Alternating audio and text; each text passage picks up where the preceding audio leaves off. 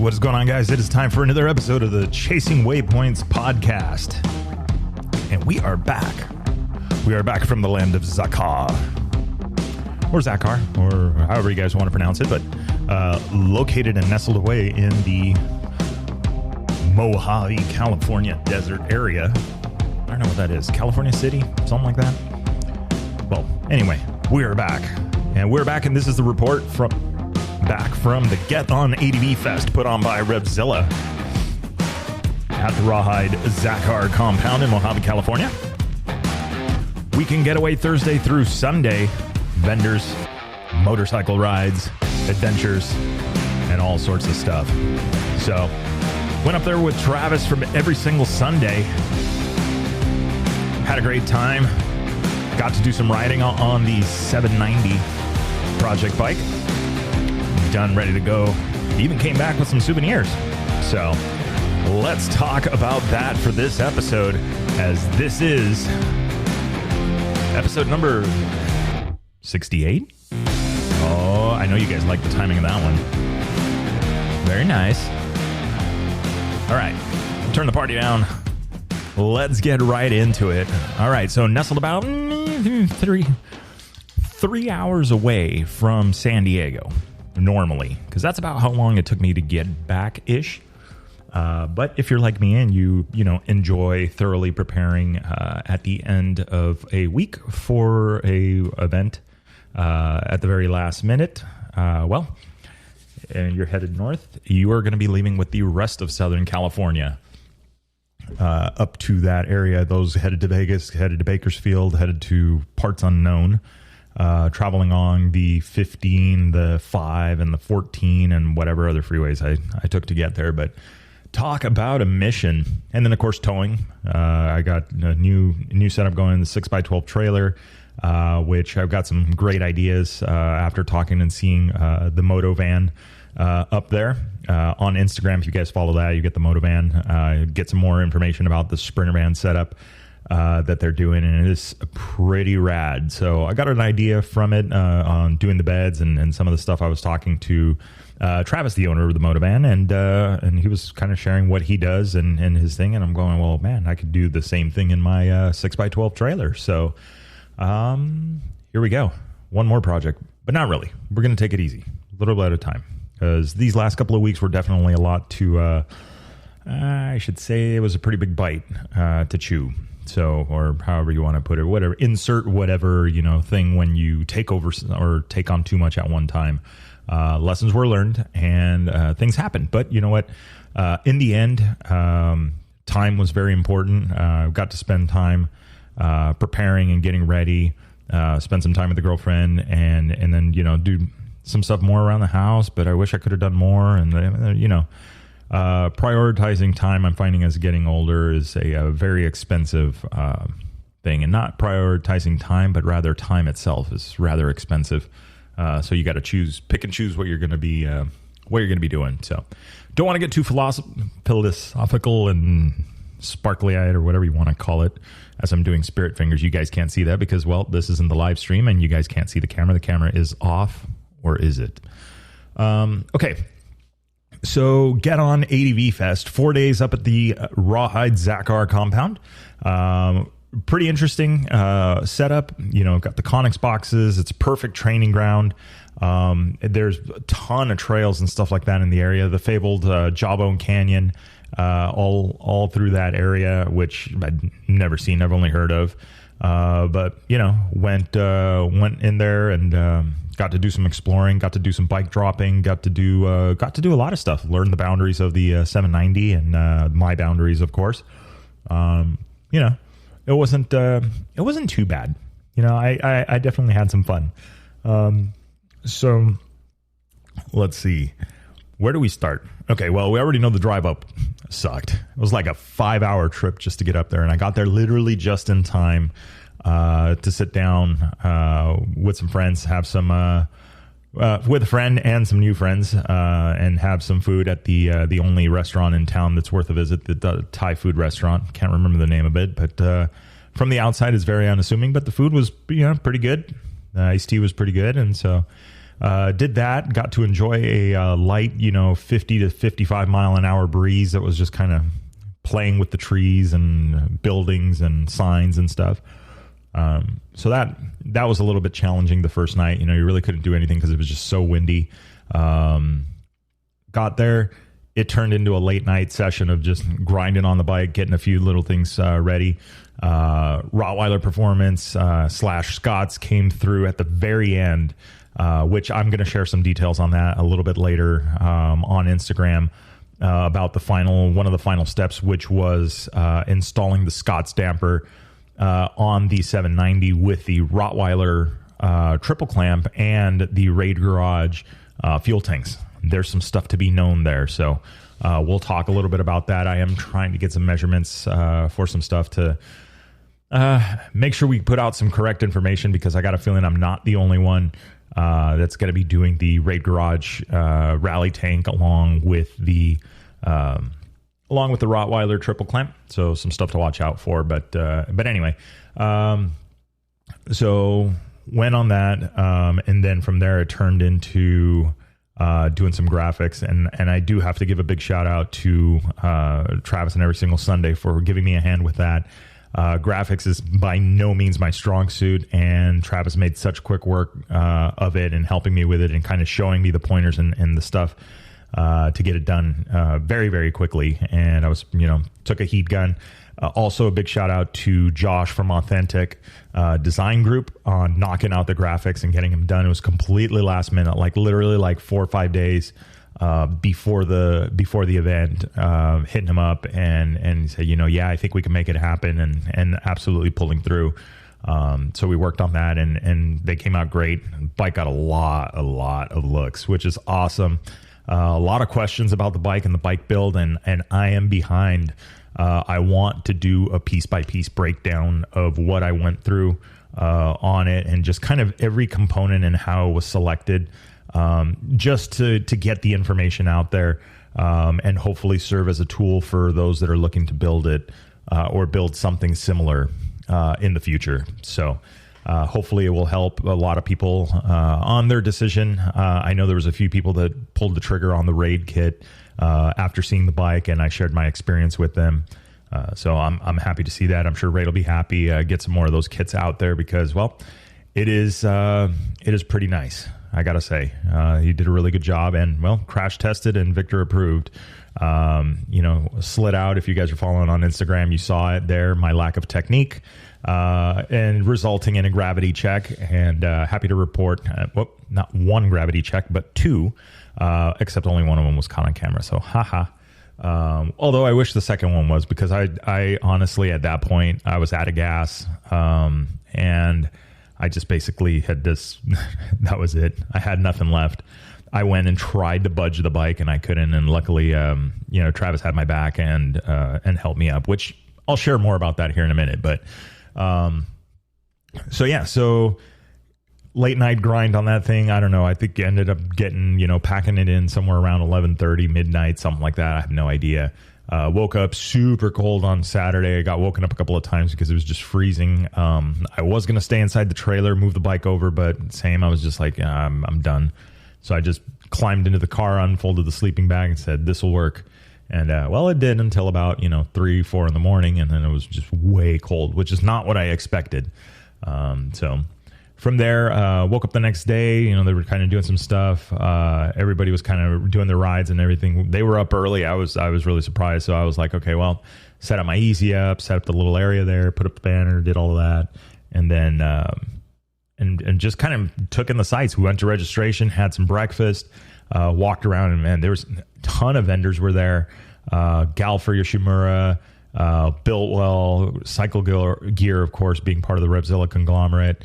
And then a bunch of other people, including Mosko Moto, and then also the Ruby Lights guys were there as well, which I'm very impressed by their lights. They've definitely got something going on. I mean, we talked to them. It sounds like we're going to get them on the show along with a few of the guys from Mosko Moto, also to talk about it. We had a chance to finally meet and talk a little bit with Pete from Mosko, and talk a little bit about adventures and what he's been up to and all of that stuff. And it's awesome because it's a little warm up for that one is basically not only is it the bags were born from, from necessity, but there's a big story. There's a story behind it, but not only that, but these guys ride. I mean, it's not like, and I'm not talking about riding like, we're going to do some backcountry trails and we're going to stay in hotels and all that stuff. It seems like they just kind of sign themselves up for this just like gnarly adventures. And so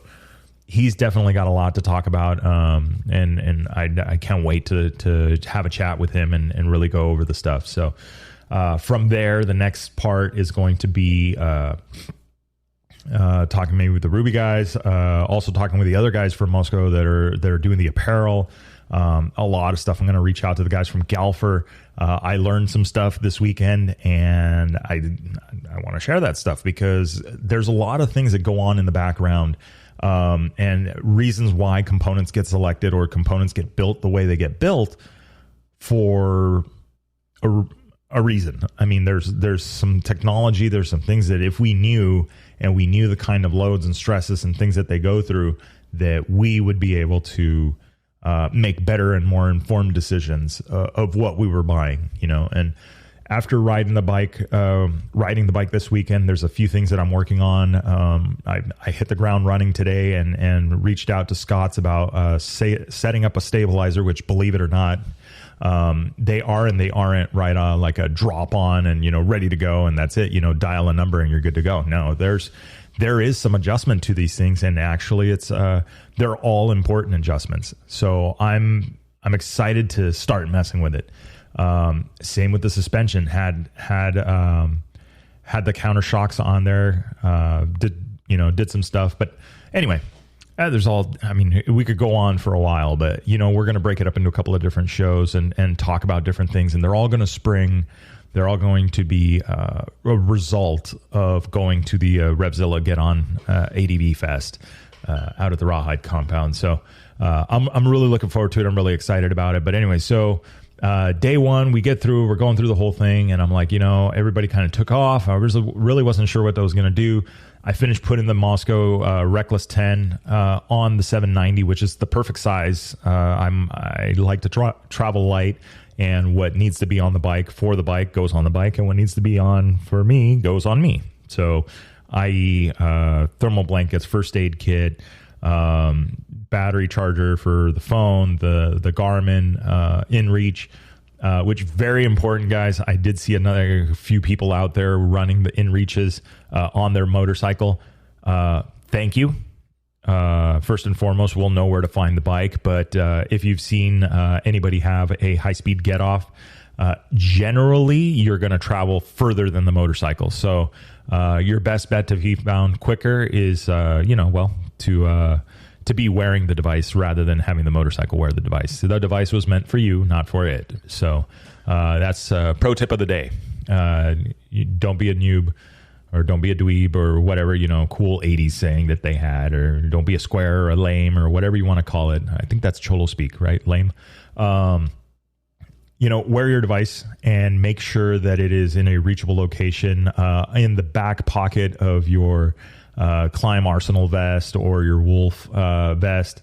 Hard to reach is not an ideal location. You want that thing front and center and ready to go. And that is, you want that thing to wear out because you haven't used it, not because you're using it. So keep that in mind when you guys are setting up your rig and setting everything up, and make sure that you are using it appropriately, that it's been tested, that the battery's fresh on it. Because of course, me on Sunday, I accidentally left it on overnight, and the battery went dead. And there I am Sunday morning, scrambling to get the thing with enough charge to last the day. So that happened. But yeah, so Travis came back. They went and did their thing and came back. I was like, hey, do a ride. And I was just kind of tooling around and put the bags on. I'm like, you know what? Well, I'm going to go top this thing off, right? I've got now 6 gallons of fuel capacity between the Raid tanks and the Rottweiler tank behind the frame rails, or in between the frame rails. So it's like, it's probably a good idea that I top the bike off. So head over to the local gas station, and after I get over the shell shock of how expensive the gasoline is, start to fill it up. And all right, the ready tanks, it's a little bit hard because you fill one up and then it starts to balance the other one in the meantime while you switch over to fill that one up. So it just takes patience. You can't be in a hurry when you're trying to fill it with gas. And then I go to take the seat off so I can get it into the Rottweiler tank and fill that thing up. And yeah, a little bit of a pain with the Reckless bags on there. So get everything done and all that stuff. I'm going, man, I thought I had some fuel in it, but I'm like 4 gallons short. So get it going and then put everything on. And I'm like, well, you know what? I'm going to ride out to Husky Monument. I've been wanting to see Husky Monument. I haven't been out there. And, I hear it's pretty cool. And, I want to do it. So I get out, start getting down the road and, get everything going. And as I'm running, everything's cool. I'm taking in the scenery and then all of a sudden I feel like a little pop. I'm like, that didn't sound right. And then I felt it in the bike too, which was weird. I was like, and some of you already guessed what it was. So in my haste to leave and absent-mindedness, I left the slack of the strap for the Reckless 10, I left it loose. And that is totally my bad. That is no fault of Mosko and what they do. The bags are absolutely stout, but I promise they will not stand up to a wheel doing 75 down a highway. 55. Or 75 if you are on a closed course in Mexico, which I was at the time. And it just yanked that thing out of there. And unfortunately, it was a hard lesson learned with only about 10 miles on the bag. Anyway, so yeah, I bolted on. I'm like, you know what? I'm obviously this thing isn't going to hang in the dirt. So it's best to probably, turn around, go back to camp. So I went to camp and I just wrote it up as, you know what? This is something telling me, not time to ride out to Husky Monument on my own. Never been there. I was thinking that, okay, well, I'm going to run into more people that are there and they're coming from the event. But it's never a smart decision to ride alone. Put a bookmark in that, guys. Ladies and gentlemen, we'll talk about that here in a minute too.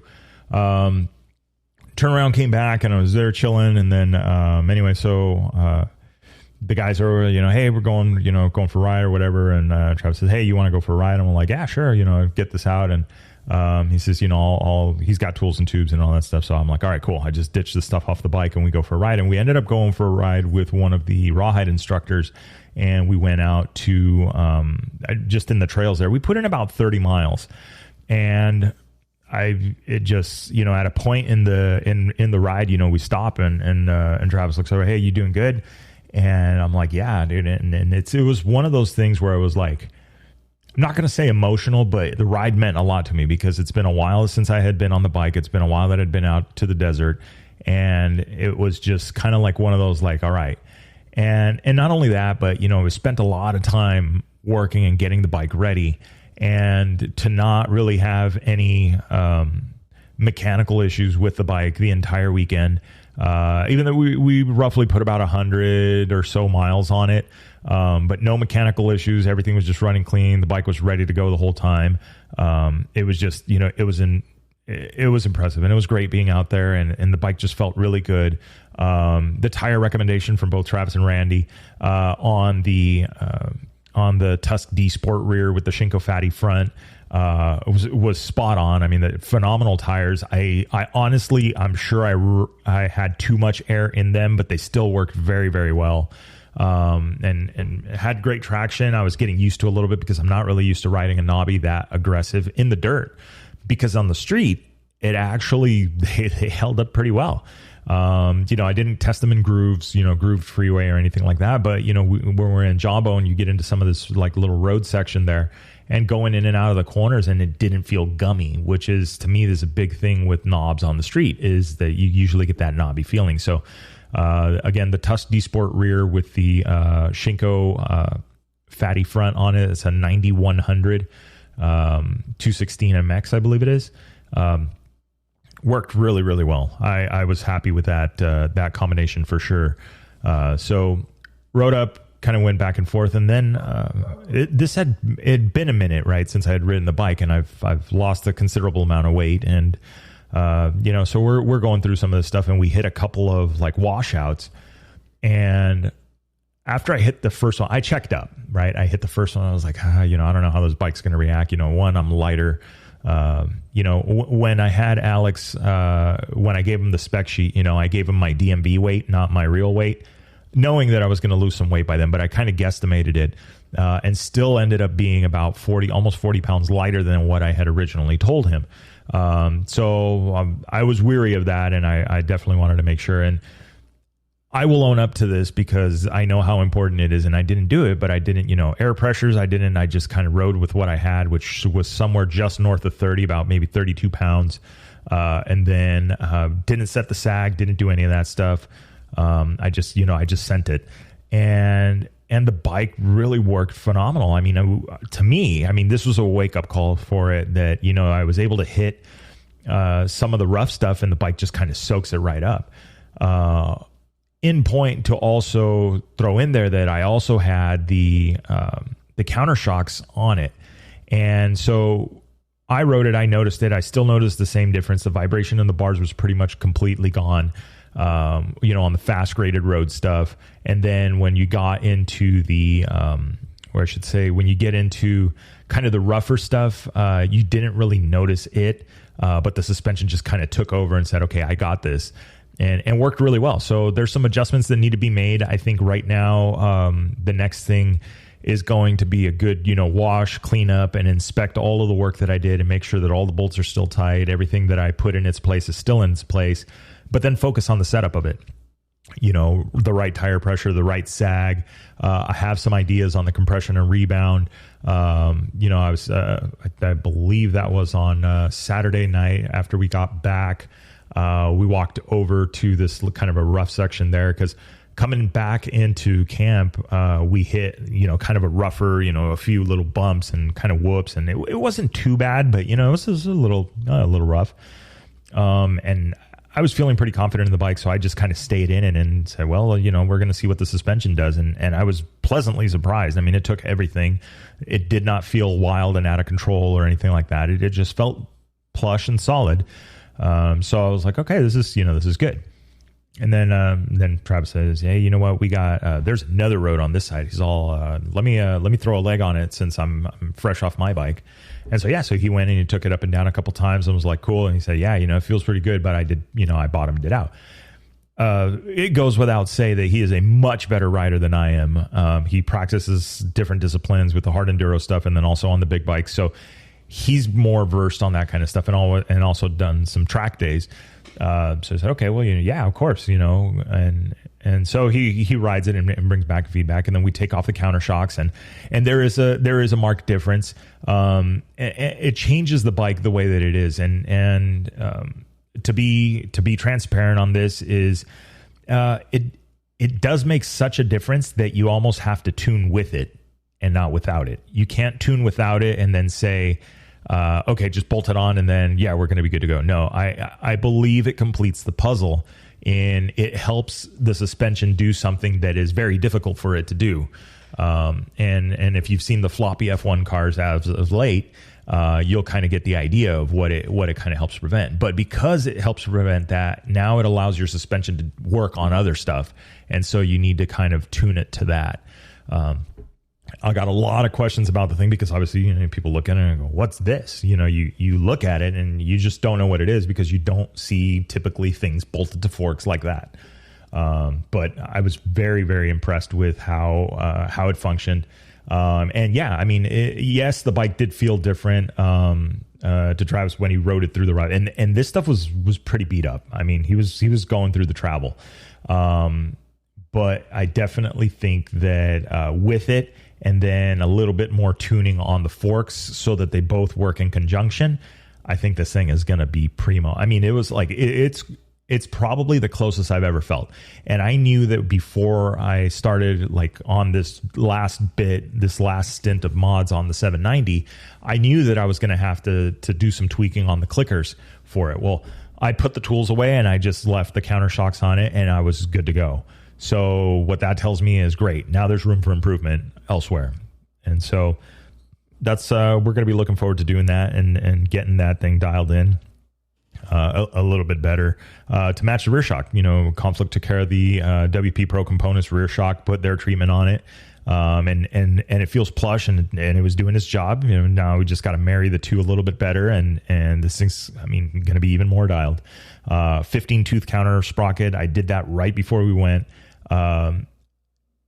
Honestly, it makes the bike easier to ride. Yes, it revs up a little bit higher when you're on the highway, but it is what it is. And if you're cruising and going to the next spot, you can live with it.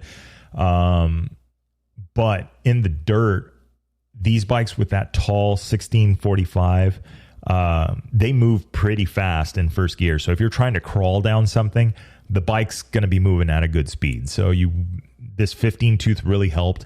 And then also I feel like it was like, I think what I noticed was that second gear kind of became my favorite gear because it had some legs to it, but it also crawled at the right speed. So if I came out of a corner, I could lay on to second gear and it would just kind of pull right through it. And it wasn't so tall that I was, doing warp speed coming out of these corners or going into these corners. It was just like that right balance. So anyway, the bike was working great. Yeah. Sixth gear, wish it could have been just slightly taller, but I will take the way the bike was working all day. Everything was just feeling good. So we took care of all of that. We ran it through and was like, hey, I'm happy with the bike, cleaned it up, got it ready for the next day. And then we decided that we were going to go do the ride with Spurgeon from Revzilla. The group ended up getting split up. They went one way, we went the other way right at the last second. And we still had some fun. We cut straight over to Jawbone Canyon and had some fun there. Did the loop ride through there. We got to go up and down. And then on the way back down, there's a expert and a pro section. I did the advanced and the expert. And I did the advanced side of it coming down the hill. I see it now, once I saw the GoPro footage. I was sitting down. I feel like my body position wasn't correct and I had no chance of keeping the front wheel in the groove correctly. And ended up getting cross grooved. And the dirt hardness check was successful. It did pass the test. It is hard enough for you to hit the ground and scratch the bike, and yourself. But luckily nothing major. Just I was like 1 minute I was up and next minute I was down. So, it took me a second to get it, and then obviously wrestle the bike back into the more vertical position, and kept going from there. But then I immediately learned from my mistake. I got on the bike, I took a couple more corners, and I remember thinking to myself, I'm like, okay, I cannot let the bike intimidate me because right now is the worst time to do that. There's a lot of corners here. There's a lot of stuff. I need to be on my game. I can't be afraid of the bike. And so psyched myself up and just kept going, pushed through it, forget, hey, that fall was 3 corners ago. Was I more cautious? Yes, there was a couple of corners. Once we met back up with the group, there was a couple of corners where I was like, yeah, a little bit more hesitant. But then I kept reminding myself, body position, stand up, body position, and making sure that I'm counterweighting it and getting around the corner. So I knew what I did wrong. I knew what I needed to do to correct it. But just solely focused on that. I did not focus on, hey, I just fell. I haven't fallen. I just scratched up a brand new, set of tanks, because later on, after we get to the end of this little section and where the divide is, and I'm like, I'm gassed, I'm ready to go. I'm just going to head back, and we could see the highway from where I was, or where we were. And I was like, yeah, I'm done. I told Travis, hey, you know what? I'm going to head back. I'm good. Just hit it. I'll meet you at the trailer. And he goes, no, I'll roll with you. Nobody rides alone and all this stuff. And I appreciate it, but I also felt bad because, I wanted him to go with those guys because obviously there's a great group of riders that are all his speed. And, but no, he stuck with me and he said, nobody rides alone because you never know. It could be a coyote, could be something. We are no more than 100 yards from where we left. And we get into this intersection. I slow down for it and I go act like I'm going to make a turn. Well, same thing. Bars turn in and I try to find the ground. And it's a lot further than I thought because my foot goes down to the rut side. And I was like, time to eject. And so I drop the bike now on its right side. And the classic bail and run. Those of you that have fallen, you kind of know that, you just kind of jump off and you kind of run and hope you can stay vertical. And I probably put in a good 4 or 5 steps. And then it was just like, I'm not going anywhere. I'm just, yeah. And so just kind of threw my arms out and kind of planted onto the ground, hit the ground, and then just rolled over and just laid there laughing and, hands behind my head. I was just relaxing. I'm like, it is what it is. All you can do at this point is just laugh, but I told Travis earlier today, I was like, hey, you called it. That was very true. And, I'm glad you were there. I appreciate that. And I'm saying it now again, that was very big of him to basically take away from his ride to help get me back. I wasn't feeling ill or bad or like I was super pushing my limits, but I just knew that, hey, I don't want to be a liability on the trail, and I don't want to, I want to be good, and sometimes you have to make that decision earlier than later. So that's why I made it earlier. I'm like, hey, you know what? This is a good jump off point. Highway's right there. These guys are just going to go a few more miles and then, and then that's it. So I'm like, let's do it. But I'm happy that he was there to help. But anyway, so we get back, we're doing all this stuff, and you start packing them slowly, and you're talking to everybody. We got to meet Rodney from Mob City, a couple other guys, and it was just, all the names escape me right now, but it's just met so many great people. And so we're there chilling, and there was a guy that I ran across a couple of times. His name was Steve. And we were just, he'd come up and he had questions about the bike because he has an 890 as well. And, he's one of those guys that's been to Burning Man a few times and, partied out there and done stuff. And so, we were chilling, he came on by with his boombox going on in the bin in the back of the 890. And, he's playing my stuff. And so we were just chatting it up. And so I don't know how it was. We get back from that ride, skipping around a little bit, right? So we get back for that ride and we stop off the Mosko Moto guys. And that's when he came over and we noticed that, and then went back to the booth, and he came back and he had these Maracas with him, and he was handing out these little baby Maracas, that thing. And it was just, tripping out. So later on he comes by and, he's got his Maracas and in his bag. I'm like, oh, that's interesting. So we're sitting there chilling, talking to Rodney. We're just packing up, chewing it up and just, talking about Baja and all that stuff. And I look over and he's got this thing blaring and he's standing on top of his bike and he's like dancing with the Maracas and just, jamming out to this stuff. And it was kind of cool because, it's obviously if it's an expression, he's doing his thing and whatnot. And it was really cool to see it. But, we saw him once and we just kind of laughed about it and all that stuff. And then he went around and went to another campsite, and the guy, stopped him and asked him. And I don't know what the exchange was, but next thing I know, he's up on top of the bike again and he's dancing, and he's got kind of this like tribal Indian style kind of dance. It did remind me of the more indigenous people from Mexico and some of the dances and stuff that they would do. It really reminded me of that. And it really, it was interesting because it hit like at the right moment and it just hit differently. And it was like one of those things where I was like, this is like almost like the Burning Man of motorcycles. We're out in the middle of the desert. Nobody showered in, 2.5 days, 3 days, and everybody's riding motos, and there's this just common theme, there. And it was really cool. And one of the guys that we were talking to ran over there, and next thing I know, he's got a maraca in his hand and he's dancing with him too. And so it was really cool to see this because it was like an experience, and it was like the end of the day. It was the end of the trip. It was the last day. Everybody's packing up. By this time, there's half the motorhomes that were there, maybe a third of the motorhomes that were there. Everybody split, so it's only a few people left, and it was just super chill, and it was a really cool thing. I was not in a hurry to get out of there at that point. I was just having fun and talking it up. So overall, it was a great experience. Lessons learned, absolutely. Things to do better next time, absolutely. But I am excited for the next opportunity to go out there and meet with these people and see what they have, what they've had, and what they've done in the last year. So I'm like I said, I mean, I can't say enough good things about the event and what they did and how they put it on. And it was really cool. Everybody was super friendly.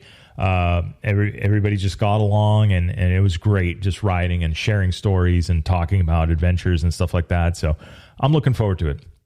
I really am. I think this is going to be a great series of events. Hopefully we can get them back out here. They do it in the same spot.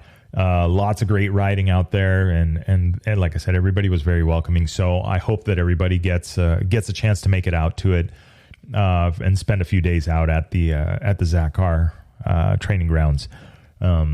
But yeah, I mean that was pretty much it. I got my list of things that I need to do on the motorcycle, and some of the things that I want to do to finish dialing it into myself and what I feel like maybe the bike needs. Like I said, I got some knowledge dropped on me from Galfer, from Ruby, from Mosko. There's a video on the straps. We're starting a new campaign, or they're starting a new campaign to stop strap abuse. So we'll talk more about that, and I'll show you guys what I learned from them as well. So we'll do some videos on that. Check it on Instagram. It'll probably be on YouTube as well. So the idea behind it is let's get some information out there. Let's get some stuff that we learned out to the groups and out to the people, so everybody can make better decisions about the components that they put on their bike and how things work together. So that's going to be the plan. That's what I'm looking to do and help everybody with. Aside from getting into some more rally, we didn't even do our rally updates. I got off a meeting today. We were literally on a meeting with the crew from Baja Rally and American Rally Originals. Got to see some of the road books that are already being planned for this. Super clean, super tight. Scotty has done a phenomenal job once again on the road books, and getting them dialed in. I mean, they're already pretty much ready to go, and the event is still a month away.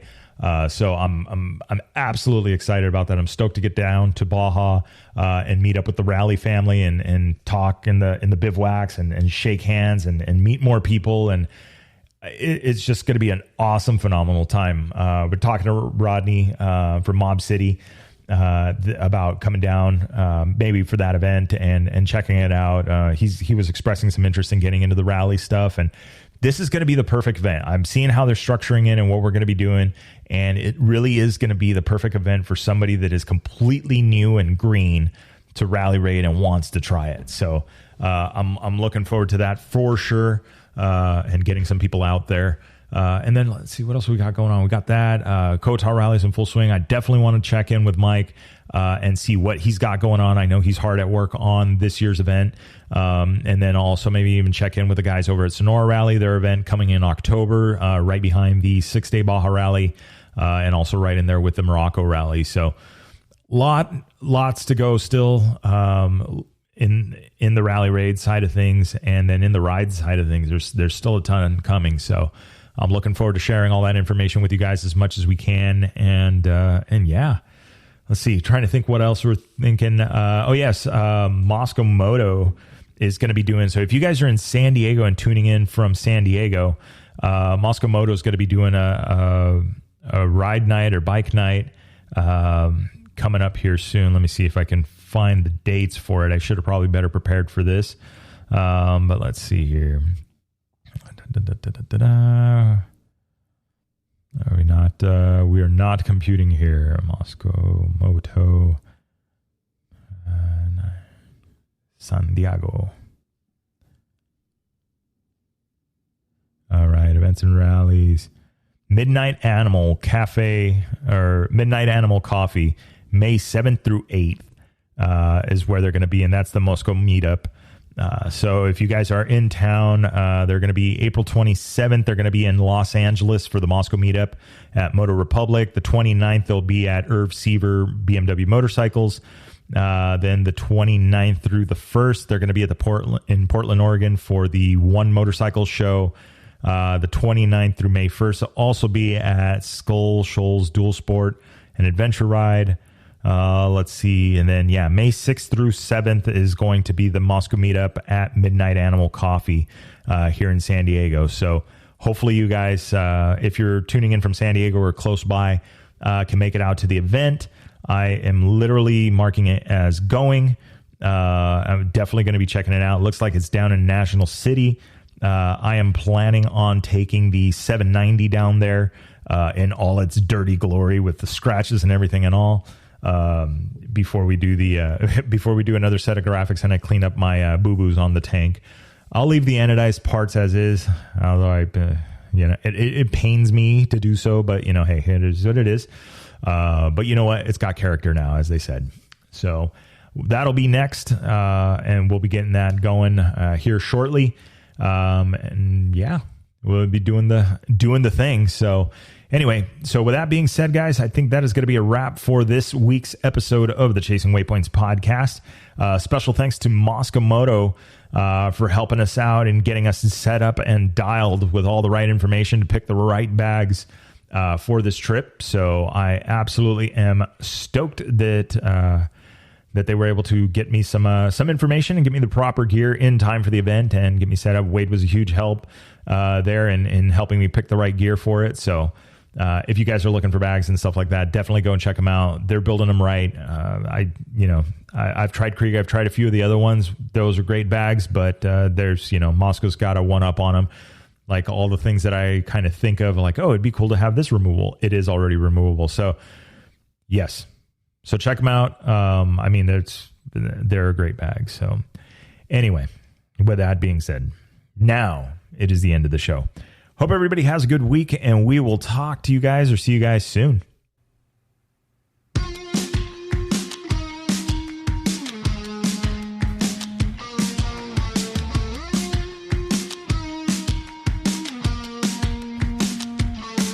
All right, that is the wrap for the Chasing Waypoints podcast this week.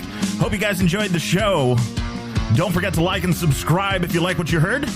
We are available on Apple Podcasts, Google Podcasts, and a bunch of others. Also, follow us on social media. You can find us on Facebook under Chasing Waypoints, Instagram, Chasing Waypoints _official, and of course, the YouTube under Chasing Waypoints.